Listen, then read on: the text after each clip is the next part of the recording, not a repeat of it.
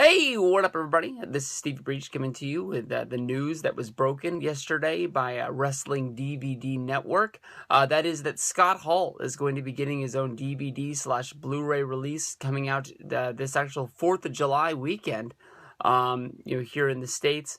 The title is going to be Living on a Razor's Edge, the Scott Hall story. I really like the title of this DVD, and I think that it is going to be really good.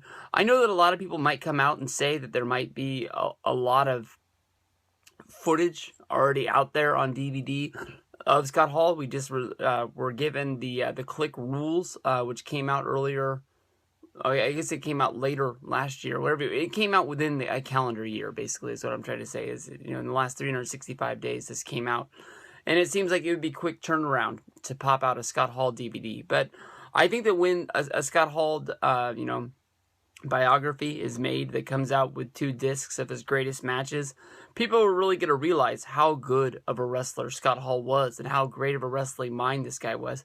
His, story it goes back farther than Razor Ramon. Razor Ramon was really a rebirth of Scott Hall in professional wrestling. In the years before, this guy had been a guy wrestling with a huge bushy mustache, wrestling as a cowboy, basically. And when he came to WWF and he decided that he was basically going to be Scarface, and Vince had no idea, who Scarface was. This was big and huge to the wrestling business. I remember when he came in to the WWF, it seemed like he immediately got a championship shot put right into the main event of the Royal Rumble against Bret Hart. Of course, he would tag with Ric Flair at the Survivor Series, I think is what pay-per-view that was. And he'd go on to have a great career, being, sort of like the staple of the Intercontinental Championship feud, whether if he had it or whether if he was going after it. He was a guy that seems like he was always in the mix. I never really liked, of course, I liked the first match he had with the 1-2-3 Kid, where he put 1-2-3 Kid over on Monday Night Raw, and then of course they would have the rematch where Kid would run out with the money, and that was very good. But they had a match where it was basically like I can't remember what they ended up calling it, but it was something like a baby match where Ramon pinned Kid and then he put him in a diaper with a bottle, and I just always felt so bad for the 1-2-3 Kid. And I'm sure he cashed his check and it is what it is, but the way that the Kid sells it is just, oh my god, that's bad. But everybody would know, he would leave WWF and he would go to WCW. He'd start up the NWO with him and Scott Hall. No, he is Scott Hall with Kevin Nash, and Hollywood Hogan would come aboard, and it would be one of the biggest wrestling angles of all time. And I think this is going to be a really good DVD. I know that on the DVDs, they've always sort of gone right at controversy. If you the Roddy Piper DVD, they talk about the fact that he was on Bob Costas, and they tried to spin it the best they could. Piper talking about all of his friends that had died in professional wrestling. Of course, this is something that made it where because of the interview he was fired, and then of course he was welcomed back years later, and he was getting to tell a story. Also, if you go to the Jake Roberts DVD, he gets to tell his side of the story about how he felt bedoozled, I guess is the word to say, about the Beyond the Mat documentary about him, having his drug habits and things like that. And I think this is going to give Scott Hall a clean way to tell his side of the story. Of course, I don't have it yet. I think that you can buy it on iTunes. I would honestly like a physical copy of that myself. And hopefully I'll be able to pick it up at WrestleCon this year with Scott Hall. Scott Hall's going to be there, but he's not going to be there with Roberts and DDP. But the Jake Roberts story, which is coming out, and Scott Hall's a big part of that. Jake Roberts comes in and is living with DDP, and DDP's trying to clean up his life. And during their time together, Roberts is starting to get his shit together. They notice on the outside that Scott Hall needs some help, and basically Roberts and DDP bring in Scott Hall, and they start to rebuild his life to the point where he is now, where at WrestleMania 30 he got put into the Hall of Fame. He basically lives a clean slate now these days. I think he's had his ups and downs, but with any kind of any kind of dependency that your body, you know, builds itself upon because of some sort of a habit that he has. You know, it has its ups and downs, and it is what it is. And he'll be able to tell his side of the story about what it's like to live every day, you know, basically having to fight the demons that he brought into his life. So I'm glad that WWF is putting over Scott Hall, Razor Ramon with a DVD. I think that it is well deserved. I know that, you know, back in the day he had his own Coliseum home videotape, which I have on DVD. It only has a short supply of maybe 3 or 4 matches on it. I think it only lasted 30, maybe 45 minutes at the most. But that was always really fun to watch as I was a kid. So look for this July 4th weekend, and I'll see you guys down the road. Hey, what is up, everybody? This is Stevie Breach coming to you here today as we take an inside look at Living on a Razor's Edge, Scott Hall story. This one was released a little while ago, and I was able to pick it up on one of the WWE shop deals. I think I paid $15 for it, which, you know, isn't that bad of a deal when it comes down to it, to watch the Scott Hall documentary. As of right now, it's not up on the WWE Network. But I'm sure it'll be up on there sooner than later. My plus to getting this Scott Hall Razor Ramon DVD is the matches that are going to come with it, as well as getting the documentary story. Scott Hall is an interesting pick to make a DVD on. Of course, he was a member of the NWO. He was a member of the struggling but still striving WWF in those early 1990 years, which are sort of dark days to look back upon. But if you were in my age range and you remember watching WWF back then, Razor Ramon is one of those guys that you're not going to let go of. And he was a big part of the wrestling boom by leaving and going to WCW, starting the NWO with him, Kevin Nash, and Hulk Hogan, Eric Bischoff writing the coattails as well, putting all the deals together. I will tell you honestly that, I'm a little bit scared for this documentary release. I'm thinking that, with the Click rules coming out last year, as well as 2 separate NWO DVDs, plus all of the times the NWO has been covered in the Rise and Fall of WCW, and the Starrcade DVD, and a whole bunch of other ones, how much of this stuff is really going to be played out that we've seen over and over again? And plus, Scott Hall was just recently featured, I believe, last year in the, it wasn't a 30 for 30, but it was an ESPN sort of documentary story about the life of him. Very cool looking discs, one white, one yellow. We'll take a peek at what's going on underneath the covers down here. I always sort of make these hard to read underneath there. A whole bunch of vignettes from back in the day, some stories, the matches. Let's get down to the matches. Some stuff from Mid-Atlantic. I'm guessing that's when he was wrestling as the Cowboy, Scott Hall, with that Magnum PI, Tom Selleck-like stash that he had back in the day with the hairy chest. Here he is in the corner with Scott Hall. Scott Hall and Kurt Hennig. That was a big tag team back in the day. It's probably when they win the AWA Tag Team Championships right there. Then we see him coming into WCW as the Diamond Stud, going up against Tommy Rich. The Diamond Exchange. We see Superstars, must be his debut in WWF. His WWE Championship match at the Royal Rumble, going up against Bret Hart in 1993. Bret Hart versus the Kid. Probably when they do the thing where 1, 2, 3 Kid beats Razor Ramon. Big surprise. And then we see Shawn versus Razor for the Intercontinental title. We see Razor versus Rick DeMalta Martel, where he wins the Intercontinental Championship. Of course, the WrestleMania 10 ladder match for the Intercontinental title, Razor Ramon versus Shawn Michaels. Probably goes down as one of the best matches that he ever had, changing the game. First mainstream ladder match, I guess you can say, that they ever had. Then we have the rematch, Intercontinental Championship match at SummerSlam of 94. Razor, no, I apologize, this isn't the rematch. This is Razor versus Diesel, where Walter Payton was outside. Then we have Razor versus Jeff Jarrett at the Rumble 95. Razor versus Goldust at the Rumble 96. Lots of Rumble matches on there for Razor Ramon. Then we see him in WCW. The Outsiders versus Sting and Luger. The Outsiders versus Harlem Heat from Halloween Havoc. Scott Hall versus Scott Steiner. Scott Hall versus Chris Jericho. Scott Hall versus Sting for the championship in Uncensored. That was after he won the World War III, after Hogan eliminated himself, after Sting, a.k.a. Kevin Nash, came down from the rafters. Scott Hall got the win, which enabled him to have a championship match, which they kept pushing back, which inevitably ended up being part of the reason why the NWA was split into two groups, because Scott Hall kept on having to take the backseat to Hogan.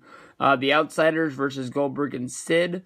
Then we have Scott Hall versus The Rock on SmackDown. Scott Hall versus Stone Cold Steve Austin at WrestleMania 18, which won't be the end of Scott Hall's career, but he was released shortly after that, after the trip over to England on the plane ride from hell.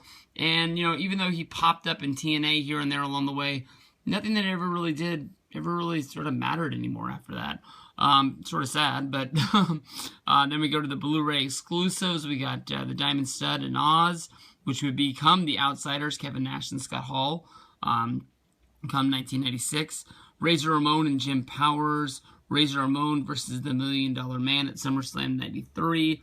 Razor Ramon versus Jeff Jarrett and the Roadie 2-on-1 from In Your House. Scott Hall versus Bam Bam Bigelow. And then, of course, the Razor Ramon Hall of Fame induction from the WrestleMania 30 weekend in New Orleans. Living on a Razor's Edge, the Scott Hall story. This looks like it's going to be a really good one. Scott Hall, WWE Universe, WWE, Razor Ramon, NWO. A lot of pictures in there with his buddies. We see 123 Kid. We see Diesel. Surprise. Is that Sean? I can't tell if that's Sean or not. That's Brett. Pretty sure that's Brett. But, yeah, him and all his buddies there. And it looks like that's Luger right there with the Intercontinental straps looking like $1 million. It's going to be a good one right here. Scott Hall, one of the best. Hey, what is up, everybody? This is Steve Breach coming to you here today. We're going to be taking a look at Living on the Razor's Edge, the Scott Hall story. This is a WWE DVD, Blu-ray DVD release that was added to the collection a few years ago. I made a video looking at the DVD when it was like a while after it came out. I picked it up on a $5 Friday sale with WWE Shop, and it sort of sat on the shelf for a while. I got a little bored one day, and I think I watched the Scott Hall, the Dudleys, and I think I watched another one, but I made reviews on the other DVDs, but never was able to hit up making a DVD review on the Scott Hall documentary story. So here we are, years later. I watched this on the WWE Network. I thought this was a really good story on Scott Hall. Not a really good story on Razor Ramon. If you want to follow the life of Razor Ramon and get the normal wrestling documentary where you follow Scott Hall getting into the wrestling business, Scott Hall getting the call to go work for Vince McMahon, if you want to learn about him, jumping ship and going to WCW and being a leader of the NWO, and basically his life, where he would go to ECW, and then he would come back to WWE, and then basically disappear off the face of the earth after 2002, only to reappear at WrestleMania 30 to go into the Hall of Fame. This probably isn't your documentary. We go over those things, but we just basically touch on Scott Hall's wrestling career.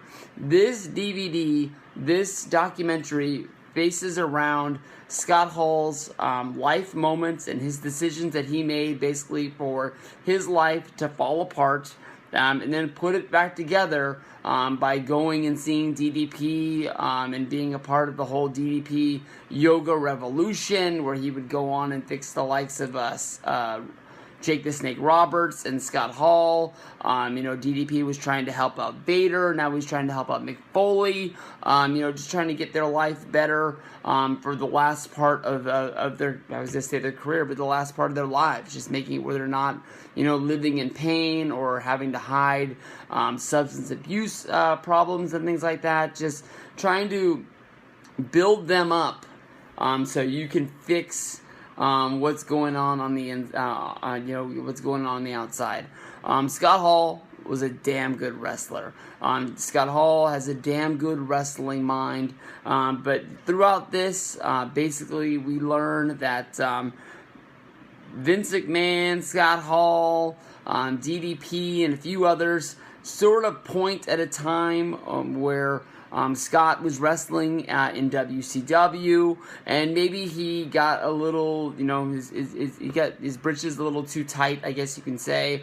Coming in and starting up the NWO, becoming one of the hottest acts in the company, being friends with the boss, Eric Bischoff, and because of the fact that he was one of the biggest stars in the business at that time, really thinking that there were no rules around, what they could and couldn't do. It wasn't like Eric Bischoff could really fire, a member of the NWO and just have him disappear, especially at that time period during the Monday Night Wars, because no matter how bad, Scott Hall was doing, Vince McMahon would have scooped him up and put him on television the next week just to do it, just to say that he got one of the guys from the other organization to jump ship during the war, thinking that it was going to make just fans one night change the station back from Nitro to Monday Night Raw and keep it pumping from there.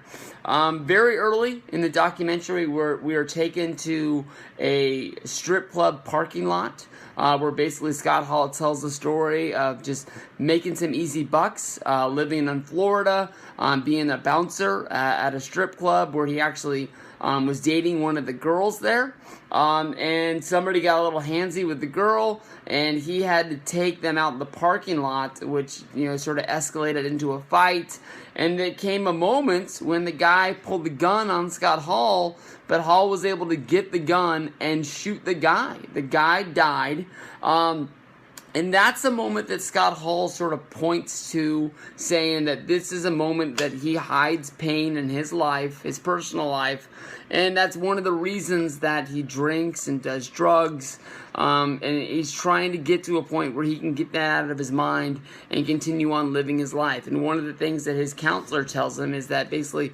that other guy was going to kill him if he didn't kill him. So that is one thing that he has to get over, and basically get to the point of, just getting better and getting right. But, we do talk about his wrestling career. Scott was one hell of a wrestler in his day. He was Vinny Vegas in WCW. That's one of the first places that I saw him, where he was being managed by DDP. Shortly after, getting exposure in WCW, he was called by people at WWE, Pat Patterson, and basically said, did you sign a contract? And Scott Hall basically tells the story that he tried to call Pat Patterson for a year, almost every day, and just trying to get him to return a call, but they would never return the call. And all of a sudden that they're interested, it just happens to be the same day that Scott Hall signed a contract. And Pat Patterson tells him, well, at least in a year, you can tell him you're walking, and WWF is interested. And that's basically where he jumps ship. Vince McMahon grabs a hold of the Razor Ramon character, even though he doesn't know that it's a ripoff of Scarface. And he's very hands-on with making the videos that would launch the career of Razor Ramon. Even to me, they didn't really make sense as a kid. Now that I watch them when I'm older, I guess he's trying to be Scarface, but I'm not the biggest fan of the Scarface movies. There's only one. But, so maybe that's just exactly what it's supposed to be. Hall came in immediately as one of the biggest heels in the WWF, challenging Bret Hart for the WWF Championship at the Royal Rumble. Would then start tagging with Ric Flair, where they were supposed to team up against the Ultimate Maniacs, but Ultimate Warrior jumped ship, and then it was replaced by Mr. Perfect, which did sort of make sense because Mr. Perfect at that time was managing Ric Flair, and for that turn to happen, it was pretty cool, which would then set up the loser leaves town on Monday Night Raw, where Flair would jump ship and go back to WCW. They don't really touch on of, the matches that you would think of, the ladder matches against Shawn Michaels. They sort of go right into, Scott Hall trying to renegotiate to make some more money. He didn't want to leave, but WCW had an offer on the table that was so much money he couldn't turn it down. And plus, on top of that, it was less dates because his life at home with his wife was falling apart, and he didn't want to lose that. So he took the money. He took less dates. He went to WCW. His buddy Kevin Nash ended up coming with him, and it was lightning in a bottle. Scott Hall and Kevin Nash start the NWO. They bring in Hollywood Hulk Hogan to be the third man, and it just takes off. And they don't spend a lot of time on the NWO because if you wanted to watch a documentary on the NWO, there's enough of them out there. I mean, WWE's made 2 of them on their own alone. You can go in and watch the Monday Night War. You can watch the episode of Monday Night Wars. There's a lot of stuff up there. I'm pretty sure the death of WCW or rise and fall of WCW touches on it. So there's a lot of that stuff out there. They don't talk about Scott Hall getting a release from WCW, from his contract. They don't talk about Scott Hall showing up in ECW. They basically just make it look like Vince buys WCW and brings in the NWO. There's no talk of the contract buyout. There's no talk of the guys not wanting to come in because of their deals with Time Warner being guaranteed and them not being a part of, the Survivor Series or the Invasion or any of those things. It's just the NWO shows up. And they basically say that, it was a good idea, but Scott wasn't in the right place. He wasn't in the right state of mind. And his stay in WWE really didn't last. From there, they start talking about the independent dates that we've all seen the videos of on YouTube, where, he's showing up and he's, not in the right state of mind. And he's just embarrassing himself. And Kevin Nash reaches out, gets him some help. He goes to rehab. And they basically make it seem like this one trip to rehab just snaps him back into place. And there he is at the Hall of Fame saying, good guys don't live forever, but bad guys do.